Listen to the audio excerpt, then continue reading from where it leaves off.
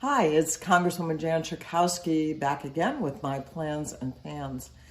Well, I have very clear memories of 9/11 20 years ago. I was working out in the women's gym within the Capitol, and the woman who works there said, "You've got to see what's going on television." And I saw that first plane had hit the Twin Towers, and I thought to myself, what a terrible, terrible accident. And then the second plane hit. And I knew, of course, that there was a real attack on the United States of America. I dashed back to my office and I could see out the window in my office smoke rising from the Pentagon area. And of course, that's where the third plane had hit. And found out later that a fourth plane had been taken down by some unbelievably courageous and selfless people. A plane that we heard was heading either to the Capitol or to the White House to destroy symbols of our democracy. So that was the fourth plane.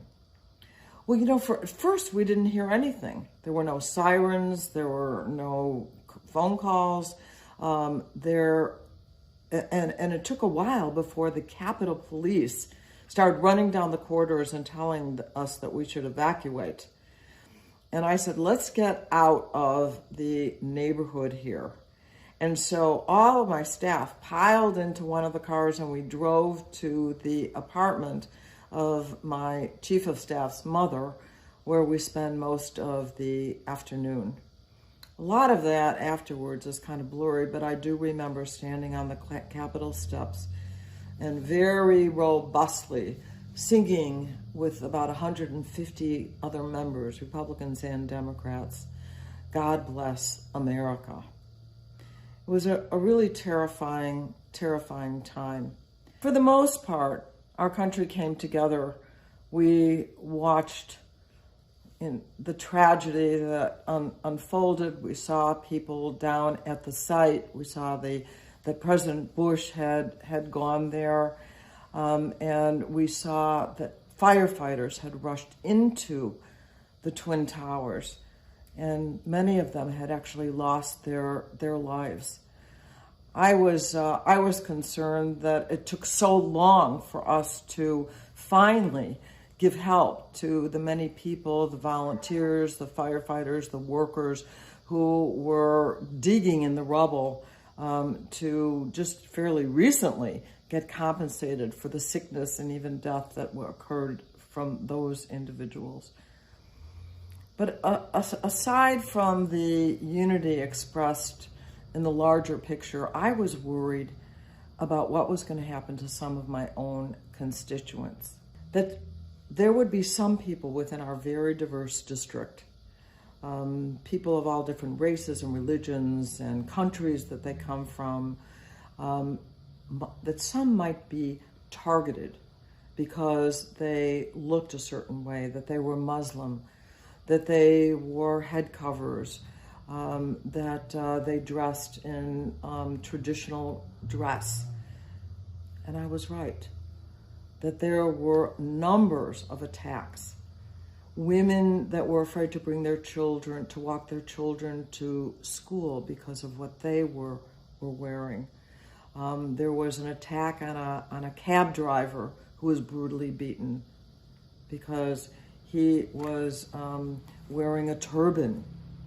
And so I decided to organize a solidarity march down Devon Avenue. You know, that's really an international marketplace. People of all different religions and races live there, but particularly people from South Asia, from the Middle East. And so it was on a weekend, the next weekend, and there were over 100 people that marched together, arm in arm, down Devon, carrying American flags and pledging to one another that we were especially now going to stick together. Because if we started turning against each other, then in some ways those terrorists had won. it was really quite an emotional, I think, a very important day and an expression. And of course, I wish today that we had more unity among people and less targeting and less domestic terrorists who are causing such anxiety right now. So those are some of my thoughts about 9/11. I also wanted to talk to you about the attack on women's reproductive rights. You know, we knew this was coming because we had been warned ever since the passage of Roe v. Wade in 1973 that groups were going to be organizing. But right now, because they even have the Supreme Court on their side, that when Texas passed legislation that said that after 6 weeks of pregnancy, many women do not know they're pregnant at 6 weeks, that the Supreme Court voted in a 5-4 decision not to stop this unconstitutional legislation. That is a break with the tradition of the Supreme Court. And we are, of course, concerned that when the case comes before the Supreme Court, that Roe v. Wade is up for grabs. But I'm going to tell you something, and I think I've said this to you before. Women are simply not going back. We are not going to go back into the alleys, back alleys, and go for illegal abortions, or be forced to carry to term an unplanned pregnancy. And so we need absolutely now to let the politicians and the court understand that women are watching. The majority of this country is pro-choice right now, and we have a pro-choice majority in the House of Representatives. And do you know that that legislation also will pay a bounty, that the state will pay a bounty in Texas if someone is turned in for having to help or even give advice or driven someone to have an abortion. It's just unbelievable. It's so draconian. And it's not something that this nation will tolerate in 2021. And so we're organizing. Women are having marches on October 2nd around the country, as well as here in Illinois. And we're going to say, no way. We're just not going to go back. I wanted also to talk to you about the hurricanes that have been going on, and clearly related for the most part to climate change. The warming of the ocean creates the kind of hurricanes that we've seen, the kind of weather, extreme weather that of course had paralyzed Louisiana, power out for days and days. I still don't think today that all the power has been restored. The Northeast, New Jersey, New York, Pennsylvania, where people drowned in their basements because of the water, the flash floods that took place. It's just time for us as a nation to not only acknowledge the reality of climate change, but to act, and to act decisively to make sure that we can have a planet that our children and grandchildren can live on. And we're going to be dealing with that in this Build Back Better legislation, the budget reconciliation bill. I'm going back to Washington on Sunday, and my committee is going to be voting on some of the actual provisions that are going to be in this legislation. And a big part of that has to do with climate. And so we're going to put some real money into every aspect of addressing this climate crisis. We're going to have some money for our Great Lakes restoration to make sure that we protect our precious resource that we have right here in the Chicagoland area. We're going to see the creation of a civilian climate corps, which is very exciting. But we're going to do a lot more. We're going to pass legislation that is going to build for the first time a home and community-based services for our elderly and disabled. Home care, that's where people want to be. And we're going to help the workers to get decent wages to do this important job. And I had the pleasure, actually, of walking around for a walk a day, with a home care worker in Skokie and saw the amazing work that they do. We need to help fund that program. We are going to expand Medicare.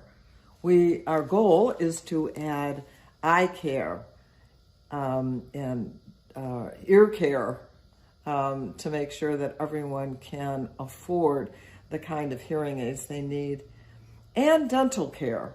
We at least want to make a start on all three of those. Immigration. We want to make it legal for our young dreamers to be able to have a pathway to citizenship, along with people who are here on temporary status in the protective status in the United States, farm workers, and many of our frontline workers. We want to make about 5 million more people eligible for citizenship. At least that's our start. If we can get more, we're going to try and continue to get more, even in this legislation. So this is a game changer for middle class families.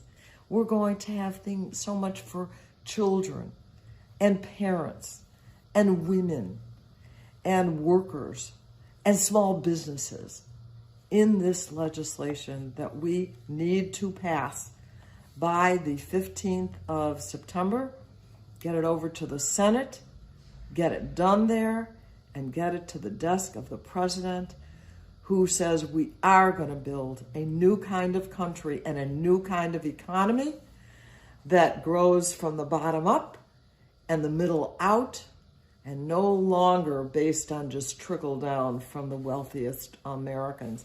In this legislation, where are we going to get the money to do this? Well, part of it is we're going to make prescription drugs more affordable by having Medicare negotiate for lower drug prices, and that's going to generate a lot of savings for our federal government through Medicare and Medicaid and veterans benefits. It's going to save billions and billions of dollars that can go to help pay for the good things that we want to do. And we're going to tax the wealthiest Americans to make sure that the multi-millionaires and billionaires are paying their fair share. And isn't it about time? So I am looking for these transformational changes that are going to set us in the right direction. I wanted also to talk about coronavirus. The President of the United States very courageously, I think, stood up and set some real mandates of people having to get vaccinated. If you work for the federal executive branch, you have to be vaccinated. If you have employees because you are a federal contractor, those employees need to be vaccinated. If you are a worker in a hospital or any kind of a healthcare facility that gets money from the federal government, like Medicare and Medicaid, you need to be vaccinated. And so we're going to see some real changes right now of mandates. And many employers now are creating those mandates, and many schools are creating certain mandates for the teachers and employees within the building, because this is, in the United States at least, a pandemic of the unvaccinated, and it's time that everybody did do that, not just for their own health, of course, but for everyone else's that comes in contact with them. In Illinois, Thursday we saw 4,741 new cases in Illinois and 22 deaths. But you know that Wednesday of this week, we saw 61 deaths that were reported, and that is the highest one-day death rate since in the last 7 months. We can't go backwards on this. And so we are really going to have to see new strategies, including the new mandates, to make sure that people get vaccinated. And so we have a lot of work to do. I'm ready to do it, and I hope you'll join me in these efforts. Thanks so much. I'll see you soon. Thank you for watching my video. Make sure you subscribe to my YouTube channel and follow me on Instagram, Twitter, and Facebook, where my handle is @Jan Schakowsky.